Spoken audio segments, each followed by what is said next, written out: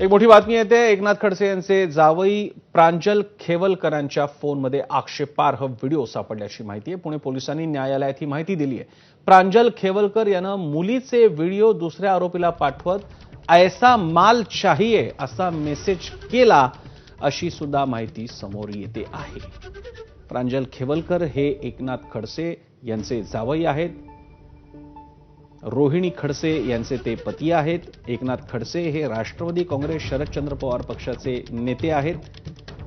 अशा प्रांजल खेवलकरांच्या मोबाईलमध्ये एक आक्षेपार्ह व्हिडिओ पाठवण्यात आलेला आहे आणि ज्या व्यक्तीला पाठवला त्या व्यक्तीला तो व्हिडिओ पाठवताना ऐसा माल चाहिए असेही प्रांजल खेवलकर म्हटल्याचं समजतंय।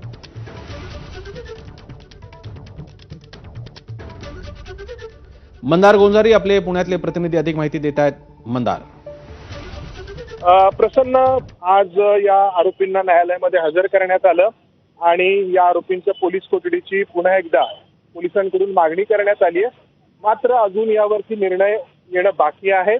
मात्र या सुनावणी दरम्यान पुणे पोलिसांनी आणखी काही गोष्टी समोर ठेवण्याचा प्रयत्न केलेला आहे, ज्यामध्ये जे प्रांजल खेवलकर आहेत त्यांच्या मोबाईलमधले काही चॅट, व्हिडिओ आणि फोटो हे मिळालेले आहेत आणि काही महिलांच्या बाबतीत त्यामध्ये उल्लेख आहेत असा दावा पुणे पोलिसांकडून करण्यात आलेला आहे।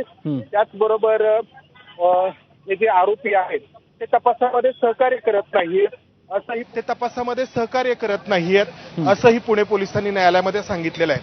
आता जे 5 आरोपी आहेत, 5 पुरुष आरोपी आहेत, त्यामध्ये 2 वेगळे गट पडलेले आहेत। एक प्रांजल खेवलकर आणि त्यांच्या आधीपासूनचे मित्र जे श्रीपाद, जे सचिन भांबे आणि समीर सय्यद आहेत ते, आणि जे 2 आरोपी आहेत श्रीपाद यादव आणि निखिल पोपटानी, हे 2 वेगळे।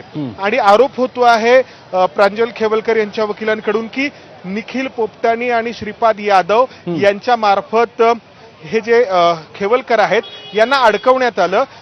निखिल पोपटानी आणि श्रीपाद यादव हे जाणीवपूर्वक गेल्या काही दिवसांपासून खेवलकर यांच्या संपर्कात आले, त्यांच्याशी सलगी वाढवली आणि त्या दिवशी हे दोघे जण स्वतःहून त्यांच्या फ्लॅटवरती गेले, तिथे पार्टी केली रात्री 11 पर्यंत आणि त्यानंतर पुन्हा एकदा बॉलर नावाच्या एका पबमध्ये हे गेले। बॉलर या पबमधून रात्री 2 वाजता डॉक्टर खेवलकर हे त्यांच्या फ्लॅटवरती पुन्हा आले आणि हे जे पोपटानी आणि यादव आहेत ते आणखी एका पबमध्ये गेले। मात्र तो पब बंद असल्याचं कारण देत ते पुन्हा जेव्हा फ्लॅटवरती आले तेव्हा त्यांच्यासोबत 2 मुली होत्या आणि त्या 2 मुलींपैकी एका मुलीच्या पर्समध्ये अंमली पदार्थ सापडले आहेत। असा हा दोन्ही बाजूंकडूनचा युक्तिवाद आहे। आणि या प्रकरणात सगळ्यात महत्वाची गोष्ट म्हणजे जे अंमली पदार्थांचा अहवाल आहे तो मात्र अद्याप आलेला नाही की या पार्टीमधल्या खरंच कोणी अंमली पदार्थांचं सेवन केलं होतं का आणि केलं असेल तर कोणी केलं होतं हे मिळालेलं नाही। मात्र एक नवीन माहिती पोलिसांकडून समोर ठेवण्यात आली आहे, ती म्हणजे खेवलकरांच्या मोबाईल आणि त्यांच्या लॅपटॉपमध्ये काही व्हिडिओ, काही फोटो, काही चॅटिंग त्यांना सापडलेलं आहे, जे महिलांच्या बाबतीतलं आहे। मंदार, यामध्ये जे चॅटिंगच्या संदर्भात काही माहिती येते ते आक्षेपार्ह असल्याचं कळतंय। काही एक आक्षेपार्ह व्हिडिओ सुद्धा कोणाला तरी पाठवण्यात आल्याचं कळतंय। हे प्रांजल खेवलकरांनीच केलं होतं का? कारण त्यांचे वकील म्हणतात की त्यांना सेट करण्यात आले, ट्रॅप करण्यात आलेलं आहे। नेमकं काय मटेरियल होतं त्यांच्या मोबाईलमध्ये सापडलेलं आणि त्याबद्दल काय माहिती आहे?